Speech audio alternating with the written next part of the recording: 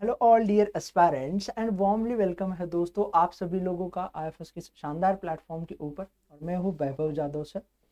और बातें हो रही है, कहानियाँ चल रही है हमारे गैडबी 2025 के टॉपर टॉक में। और आज मेरे साथ ऐसे ही एक दोस्त जुड़े हैं लखनऊ से, जिन्होंने बहुत ही शानदार और अच्छे रैंक के साथ इस एग्ज़ाम्स को क्वालिफाई किया है। तो जानते हैं उनकी जर्नी क्या रही थी इस एग्ज़ाम्स के लिए, उसी के साथ साथ उन्होंने किस तरीके से पढ़ा, क्या अप एंड डाउन्स रहे, क्या स्ट्रगल्स रहा, क्या स्ट्रैटेजी रही, क्या अप्रोच रही। क्योंकि मेरे जो फ्यूचर के एस्पिरेंट्स लोग हैं, मेरे जो दोस्त लोग हैं, उनके लिए जो है ये स्ट्रैटेजी, ये अप्रोच जो है बहुत फ़ायदा करेगा, बेनिफिट देगा दोस्तों आप लोगों को। तो आप लोगों को ये जो सेशन है वो पूरा देखना है और आपको नोट करना है, आपको माइंडली समझ लेना है कि आपको कौन सी अप्रोच आपके लिए फ़ायदे की रहे। ठीक है, तो जानते हैं उनकी कहानी को, समझते हैं उनके ही थ्रू। तो हेलो। Hello sir. थोड़ा अपने बारे में हेलो एवरीवन। बताइए, हमें इंट्रोड्यूस कीजिए। My self Rakshanda Afreen and I pass bachelor last year 2024. So I take full a drop. Then I prepare for IT jam and GAT-B. Okay, तो आपने उसके बाद जो है IIT JAM and GATE B के लिए प्रिपरेशन किया। Yes sir. तो मुझे ये बताइए कि रैंक क्या रही है आपकी इस एग्ज़ाम में। तो GAT-B मेरी 160 रैंक है। 150। 160 ओके, 160. 160 रैंक रही है आपकी। तो पहले तो आपको Yes sir. कॉन्ग्रेचुलेट करना चाहूँगा मैं पूरा आईएफएस फैमिली की तरफ से।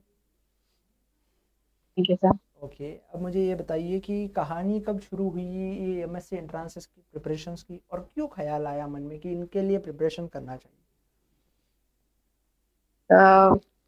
बायोटेक्नोलॉजी ऑनेस्टली सर थोड़ा बायो से इंटरेस्ट था एंड टेक्नोलॉजी से भी इंटरेस्ट था। तो बॉटनी एंड जूलॉजी माइक्रोबायोलॉजी की ऑप्शंस थे, बट थोड़ा टीचर्स की लाइन में वो अलाइन करते हैं तो थोड़ा उसमें इंटरेस्ट कम था। एमएससी बायोटेक्नोलॉजी मतलब सोनली इसी रीजन की वजह से परस्यू किया था। तो ओके। एग्जाम्स वगैरह उसी से रिलेटेड सर्च किया तो आईआईटी एग्जाम हम गैट भी वगैरह पता चला कि ये सोनली एग्जाम के लिए होते हैं। तो जैसे कि आपने बताया कि बायोलॉजी प्लस टेक्नोलॉजी और फिर आपका इंटरेस्ट जनरेट हुआ उस सब्जेक्ट्स में। तो मेरा ये कहना है आपसे कि मतलब ठीक है, बायोटेक में तो आपने एडमिशन ले लिया, बट ये जर्नी कब से शुरुआत हुई आपके इस प्रिपरेशंस की एमएससी एंट्रांसेस के लिए। हाँ, तो सोनली अगर बोले तो ऑनेस्टली जो प्रिपरेशन थी वो सिर्फ 3 से 4 महीने की थी, तो पूरा साल नहीं दिया सर कि पूरा दिया हो। तो 3 से 4 महीने की प्रिपरेशन थी, बस आईटी एग्जाम दिया। थोड़ा सा प्रॉब्लम रही उसमें, तो उसके बाद जब लगा कि उतना अच्छा नहीं गया वो एग्जाम, तो पता चला था गैट बी सर, उसी के दौरान गैट बी पता चला। तो गैट बी की फुली प्रिपरेशन मैंने 2 महीने के अंदर, फेब में ही जब आईटी जैम हमारा हो गया था उसी के जस्ट बाद ही मैंने स्टार्ट करी थी। ओके, तो फिर आपने जो फुल प्रिपरेशंस की आपके गैट की और बाकी सारी चीज़ों की, तो आईएफएस के प्लेटफॉर्म से की। अब मुझे ये बताइए कि क्या इंस्पिरेशंस रही थी। इंस्पिरेशन तो मतलब यही था कि सर नॉर्मल बैचलर बायोलॉजी की सर, और काफी इंटरेस्ट हुआ सर, अलाइन हुआ कि बायोटेक्नोलॉजी मतलब जाना है सर, इंडस्ट्रियल जॉब वगैरह में काफी इंटरेस्ट रहा है सर, जेनेटिक्स इंजीनियरिंग ये सब सुना था काफी। तो जब पता चला एग्जाम्स वगैरह के थ्रू आपको एडमिशन मिलता है एक्चुअल में इसके बाद बैचलर बायोलॉजी करने के बाद, सर ये हुआ कि आई जाना है सर, स्टार्टेड प्रिपरेशन। ओके, तो थोड़ा आगे चलते हैं और मुझे ये बताइए कि जैसे गैट को हम प्रिपेयर करते हैं, तो गैट के प्रिपरेशंस में जब हम बातचीत करते हैं तो हमें section A and section B दोनों सेक्शन देखने को मिलते हैं। उसी के साथ साथ सेक्शंस ए में जो है आपके जनरल एप्टीट्यूड यानी कि मैथमेटिक्स है, फिजिक्स है, केमिस्ट्री है, बायोलॉजी है। और उसके अलावा आपके सेक्शन बी में आपके कोर बायोटेक्नोलॉजी के यूनिट है। तो फिर कैसे पढ़े थे आप। तो मैंने ना तो सर नीट की भी प्रिपरेशन कर रखी है, उसकी वजह से मेरा बायोलॉजी कोर थोड़ा स्ट्रॉन्ग था। ऑनेस्टली बोलूँ तो मैंने जो प्रिपरेशन करी वो मैंने फर्स्टली पीवाईक्यू एनालाइज किए, 3 4 साल के मैंने पीवाईक्यू लगाए बैठ के अच्छे से। उससे ये पॉइंट आउट हो जाता है कि आपके कोर टॉपिक्स वगैरह इन्वॉल्व कहाँ से हो रहे हैं। तो सेक्शन बी ऑलवेज ऐसा था कि आपके बेसिक अगर स्ट्रॉन्ग है, 11 12 वगैरह अगर आपने अच्छे से पढ़ रखी है, तो आप 50% तो नहीं एटलीस्ट 40% तो क्वेश्चन तो बहुत अच्छे से कर ले जाओगे। तो सर जब इस बार जब पेपर आया, तो वो एक्चुअल में 11th और 12th के मतलब कॉन्सेप्ट पे मैक्सिमम बेस था। इसीलिए पेपर थोड़ा इजी की तरफ अलाइन हो गया इस बार। तो सेक्शन बी तो बेसिकली ये था कि किसी बच्चे ने अगर इतना डीप नहीं भी पढ़ा होता तो 50% तो उसके क्वेश्चन तो ऐसे ही सही होंगे। तो वही मेरा पॉइंट सर था, मैंने क्या किया, पीआईटी वगैरह अच्छे से करे, पता चला कि हाँ एक्चुअल बायोलॉजी के टॉपिक कहाँ से कैसे आते हैं, एंड आईटी जैम के भी टॉपिक अलाइन होते हैं सर गैट बी के सिलेबस से। तो अगर आपने उसकी प्रिपरेशन कर रखी है थोड़ी बहुत तो आप अच्छे से उसको भी कर सकते हैं।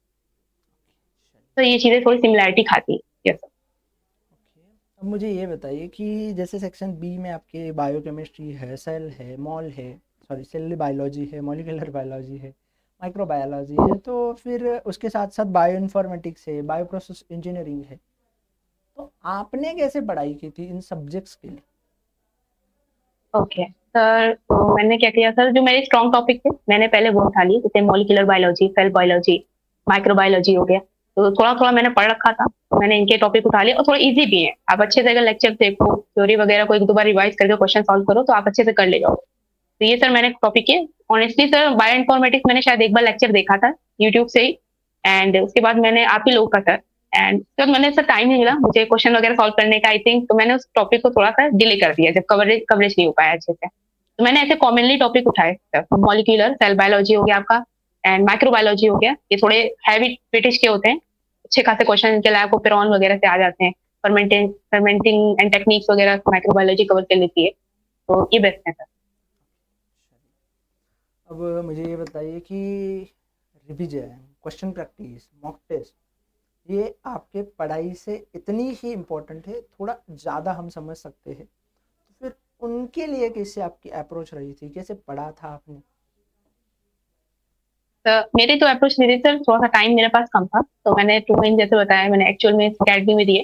तो सर मैंने होता था कि मैं वीक में मैंने सिलेबस को अच्छे से थोड़ा कवर किया बैठ के, कि मैंने कुछ टॉपिक उठा लिए मॉलिक्यूलर एंड माइक्रोबायोलॉजी। लगाने के बाद मैंने क्वेश्चन उठाती थी, पीवाईक्यू बेस थोड़े से लगा के देखे कि मुझसे सॉल्व हो रहे हैं कि नहीं। अगर मेरे से थोड़े से भी वो क्वेश्चन हो रहे हैं तो इसका मतलब मैंने टॉपिक अच्छा खासा कवर कर लिया है। देन मैं सर वाईटी सीरीज उठाती थी, मैंने एक्चुअल में कोई टेस्ट सीरीज नहीं परचेज करी, मैंने वाईटी सीरीज उठाई और आईएफएस की। मैंने उससे सर क्वेश्चंस लगाए, जितनी भी कुछ नॉकआउट सीरीज वगैरह थी मैंने उसको लास्ट टाइम में लगाया था सर बैठ के। तो वो मैंने क्वेश्चंस लगाए, उससे थोड़ा आइडिया लग जाता था सर एक्चुअल में जो क्वेश्चन आ रहे हैं इस टाइम पे इस ईयर पे, उसके बेस पे मेरे कितनी अच्छे लेवल की तैयारी है। तो मैंने सर यूट्यूब के थ्रू क्वेश्चन सॉल्व किए। तो आपने यूट्यूब के थ्रू क्वेश्चन सॉल्व किए। अब मुझे ये बताइए कि एग्ज़ाम हॉल में 100 सवालों में से 60 सवालों को ढूंढना एक बहुत स्किल है। तो फिर आपकी क्या अप्रोच रही थी वो 60 सवालों को ढूंढने की? और थोड़ा सा टिपिकल हो जाता है, बहुत सारे क्वेश्चन ऐसे थे लास्ट में जो थोड़ा सा छूट गए, मतलब उनको मैं पढ़ भी नहीं पाई, आई थिंक बच गए थे ऐसे क्वेश्चन। तो पहले बात तो सेक्शन ए मैंने अटेम्प्ट करा, ये हुआ कि थोड़े बहुत जो भी क्वेश्चन लेने हैं लेके हटते हैं यहाँ से। सेक्शन बी पे थोड़ा ज्यादा फोकस था एक्चुअल में, तो उस पर आए। एंड उस पर आने के बाद स्टार्टिंग से थोड़ा सा देखा, 20 to 30 क्वेश्चन ऐसे थे कि जल्दी जल्दी रिवीजन मारे, एंड जो लग रहा था मेरे को टॉपिक मैंने नहीं पढ़ा है मैंने उसको फॉरन छोड़ दिया। एंड जो मुझे लगा कि हाँ एक्चुअल मैंने पढ़ रखा है, मे बी मॉलिक्यूलर का है, सेल बायोलॉजी का, माइक्रोबायोलॉजी का, जैसे मैंने बताया, तो जस्ट मार्क द टेक कि हाँ ये करना है। और जहाँ थोड़े बहुत क्वेश्चन कवर होते हैं, लाइक 30 to 35 मैंने कवर किए, उसको करने के बाद थोड़ी स्पीड स्लो करी, एंड लाइक धीरे धीरे करके करना शुरू किया। और जहाँ मेरे सर एक्चुअल में हो गया कि हाँ मेरे हो रहे हैं कंप्लीट, मैंने पूरे नहीं 60 अटैम्प्ट किए, मैंने कुछ छूटे, आई थिंक 52 ही मुझसे हुए एट द एंड ऑफ। अब मुझे थोड़ा आगे चल के मैं आपसे ये सवाल पूछना चाहूँगा कि जो भी नए एस्पिरेंट्स हैं, नए दोस्त हैं, आपके जूनियर्स होंगे, आईएफएस प्लेटफॉर्म के पूरे आपके जूनियर्स हैं, तो उनके लिए क्या सलाह देना चाहोगे? आपकी तरह रैंक लाने के लिए उनको क्या बताना चाहोगे? तो सबसे बेसिक चीज है सर, कोई भी एग्जाम प्रिपरेशन करने से पहले आराम से उसको, पहले बात तो प्रीवियस ईयर क्वेश्चंस लगा लो, मिनिमम 2 से 3 साल के लगा लो, कुछ मत सोचो। जहाँ थोड़ा बहुत लग रहा है कि हो पा रही चीजें, इट्स ओके, क्योंकि सर बायोलॉजी अलाइन करती है, और जैसे कि ये एमएससी के लिए एग्जाम है तो आपका बैचलर हो चुका है लगभग, एटलीस्ट थर्ड ईयर में हो, तो कुछ ना कुछ तो आता है। थोड़े बहुत भी क्वेश्चन सॉल्व हो रहे हैं 10-20 तो आप कर सकते हैं। और ये कोई ईयर वाइज प्रिपरेशन नहीं डिमांड करता है ये सारे एग्जाम।